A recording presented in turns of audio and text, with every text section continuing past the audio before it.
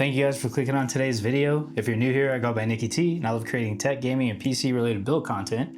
And if you've been following my build series so far, you know that I put together a 5600X and a 3060 12GB in 2026, which honestly, I think this is still performing amazingly for the price point and the fact that it can run a game like Arc Raiders on epic settings and not really have an issue. So what I've done here is I've loaded into Bluegate, and what I'm running on right now, all of my settings are running. So no frame gen, VSync is off, no reflex.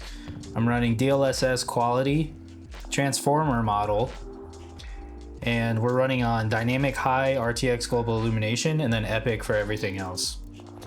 So what we're gonna do today is I'm gonna show you guys how to actually optimize your game and get the best performance and still retaining that image quality. And I'll give you some recommendations as to what I actually like to play on, but I'll show you guys what you need to be looking for if you want your game to feel smooth. And that's what's gonna matter more than how high of a frame rate you can get, all right? And that's gonna be adjusting your frame time. Now, something you always wanna make sure you're doing is if you're using Afterburner, and I'll show you guys real quick. So if you guys use Afterburner, sorry, let me bring it up for you.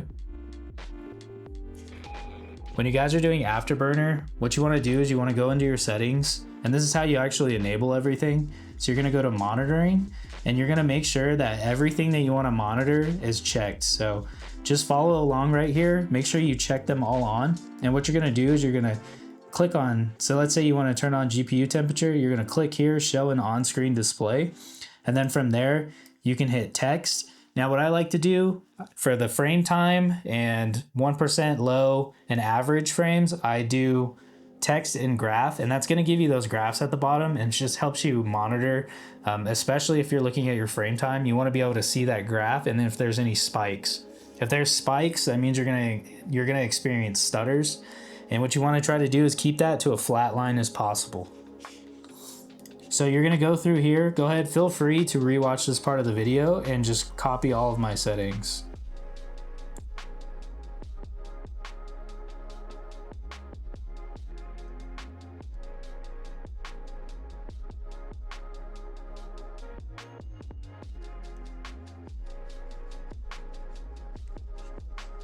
Okay, so feel free to watch that back. And then what I like to do is I like to set a hotkey, whatever you want to do, to turn the display on and off whenever you feel like. And then make sure you set hotkeys to be able to begin recording with your benchmark. That way, then you can just set your benchmark, and then it'll reset all of your graphs and your basically when it's monitoring your frame time average, frame max, and 1% lows. If you don't do that, your 1% lows are going to be stuck at like 0 or something, and it's not going to be monitoring it correctly. Okay, so what I would recommend is set your frame cap. Again, 100 frames, let's just use that as an example. 100 hertz refresh, you're going to set it to 100. You're just going to meet that. Now on top of that, what you'll do is DLSS auto. You can leave it on the transformer model, and then go down. I would recommend, if you have a 3060, to put this on static RTX global illumination, and then you can use a mix here. But what I would do, I turn shadows to low personally, and then I turn foliage to low, and this is pretty much how I decide to play the game. Now, completely up to you, but I just do that. And I find that this feels really, really good, and it gives me really consistent results, and I don't really ever have that many stutters, and it does a really good job. The game looks good, but also feels good. Now for me, I would much rather have a game be smooth and feel good than be the most pretty game in the world. I think performance is always going to prevail over quality. So what we're going to do is we're going to turn on the overlay.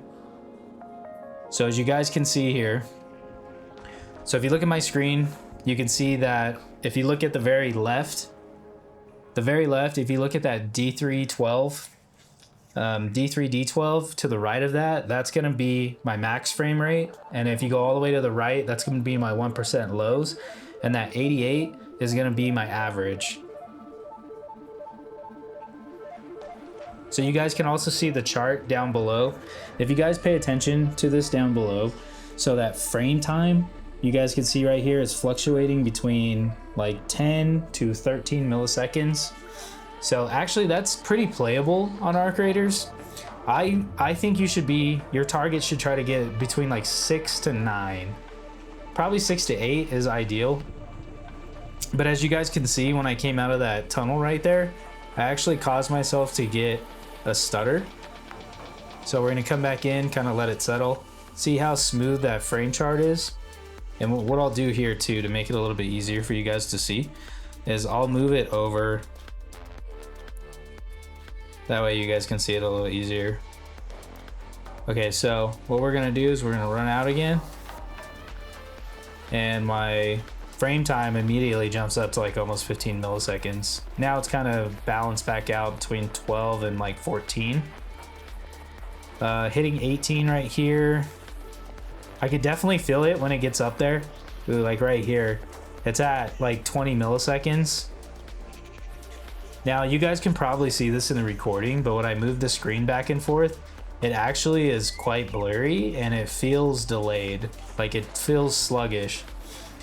Now the number one thing that you guys need to do when you're trying to optimize your game is target that frame time and reduce that down. So first thing that I would do on this game is I would actually take off RTX global illumination, especially if you're on a 3060. It's just going to give you much more consistent frame rate because it's not having dynamic RTX lighting. So that already feels much smoother, and that actually increased our frame rate a little bit. So the next thing that I would do is go to your graphics again. Try this out, especially if you've downloaded the most recent DLSS 4.5 update. Go to your DLSS and instead of quality, put it to auto. This for me has been insane. It works so good. I can't tell a loss in quality at all. And the amount of FPS gain you get from it is astonishing when you actually drop some of your settings just slightly. This alone has cut down our frame time by a few milliseconds, and this already feels smooth, like, and definitely playable. And I really can't see a difference at all whenever I'm doing this. I have a 4090 and a 9800 X3D, and I still choose to use auto. So I do auto, and another thing you can do is you can go, you could try Transformer or you could try CNN and see if it works for you. You get slightly better performance with CNN, but I think if you're going to use 4.5, you should stick with Transformer. It's just going to give you better quality. Alright, so what we're going to do next is let's see how the game is on high.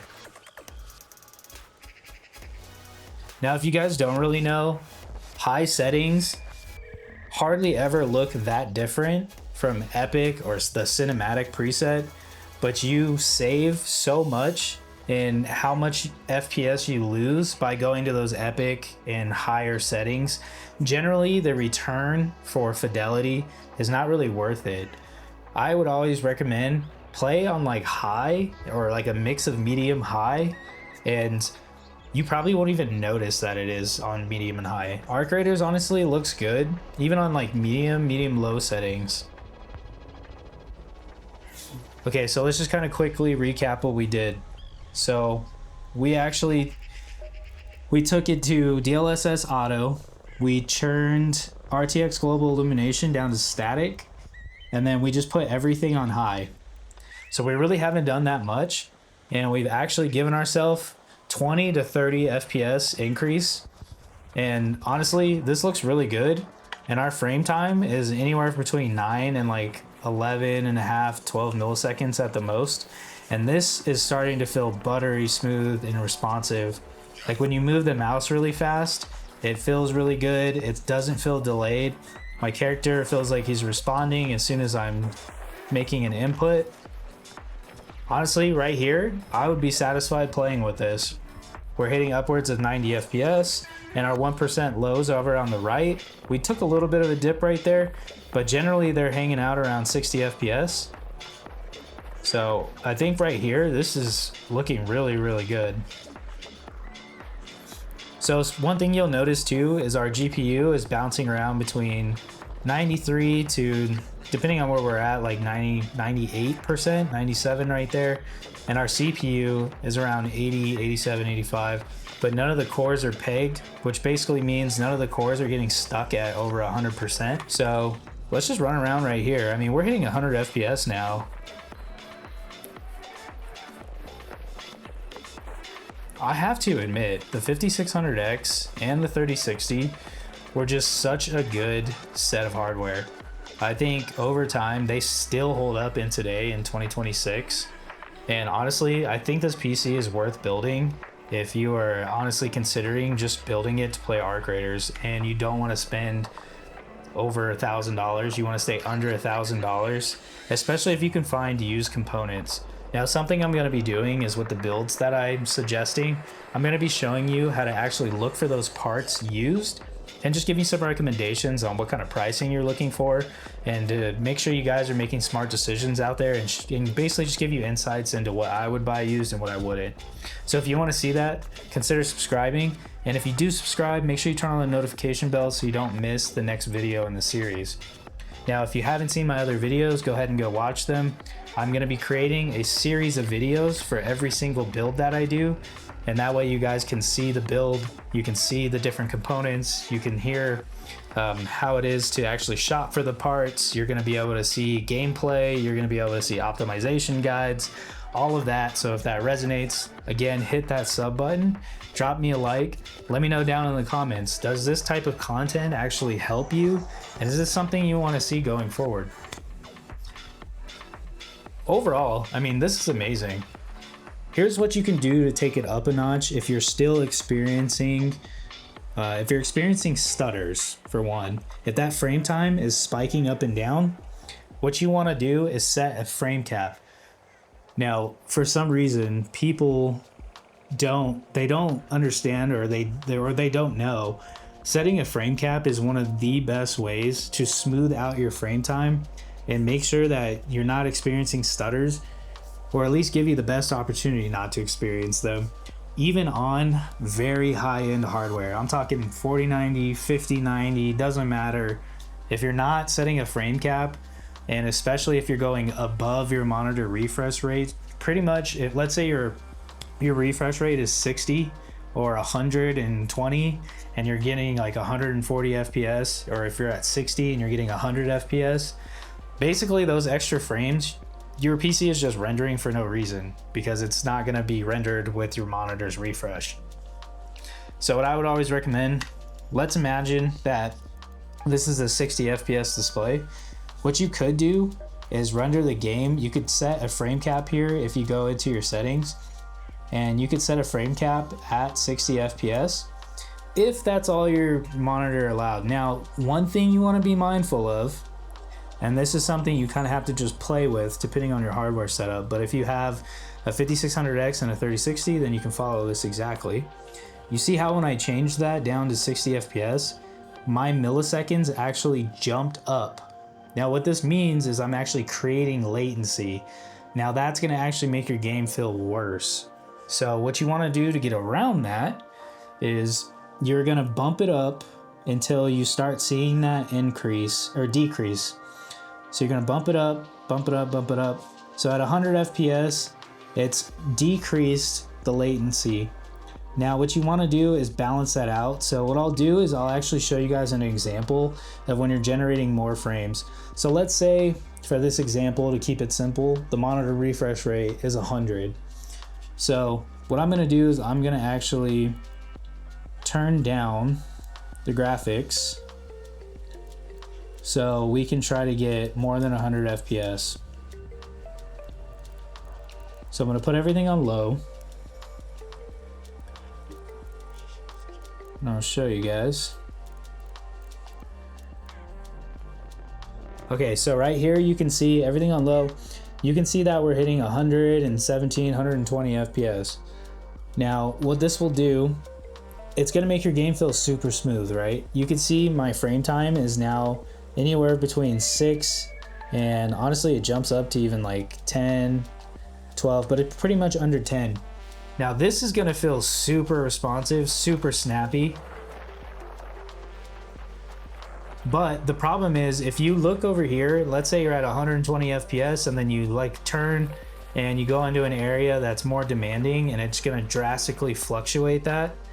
Your 1% lows, there's gonna be a point where it's gonna drop so drastically that it's gonna cause a stutter.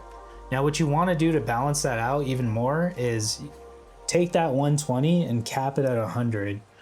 Now if you go in here and you set a cap at 100, now keep in mind you wanna make sure you're not creating latency. So right now it's pretty much the same latency, like it's not really affecting it. Now, basically your game's not gonna render more than 100 frames.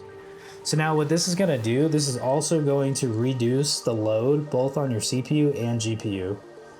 So this is gonna have two effects.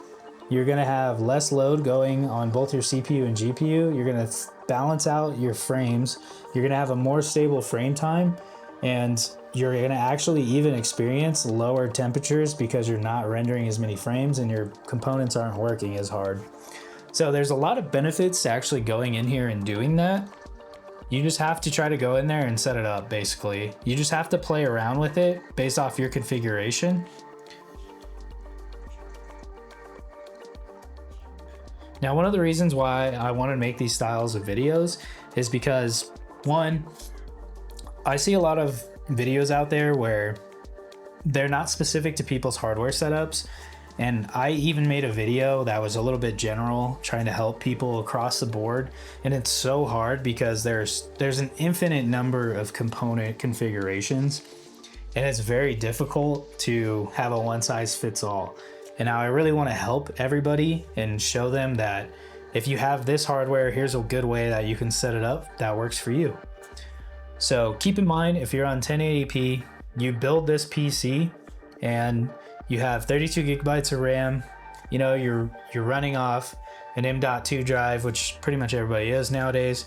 But if you're running off all that, then this is gonna be like 100%. You can expect to have very similar performance to this. And that's why I think these videos are gonna be so valuable to a lot of people. So now we're at 100. We're pretty much maxed out here. But look at that, like our GPU is only running, ooh, look at that, see? We actually got a stutter there because what I did is looking this way, and then when you turn really fast and renders a different part of the map, sometimes you're gonna get stutters. And unfortunately, that is really hard to just get rid of, but the goal is to just minimize those. But all right, guys, so what I'm gonna do is I'm gonna end this one there. If this type of video helped you, then one of the best ways you can let me know that, aside from commenting it down below, is liking the video and then definitely subscribe. I'm really trying to grow this YouTube channel this year, and I'm committed to making these types of videos that you guys find useful. So the next video I think I'm gonna make is I'm gonna go through and play some of my favorite games and show you guys how this PC performs across those games. And then we'll just keep diving in, and then be on the lookout for that buy guide, like that used PC buying guide. And I'll give you guys some pointers on how to basically target a $700 build, even in today's market. But all right, guys. And I think with that being said, I'm gonna end this video here, and I'll see you guys on the next video.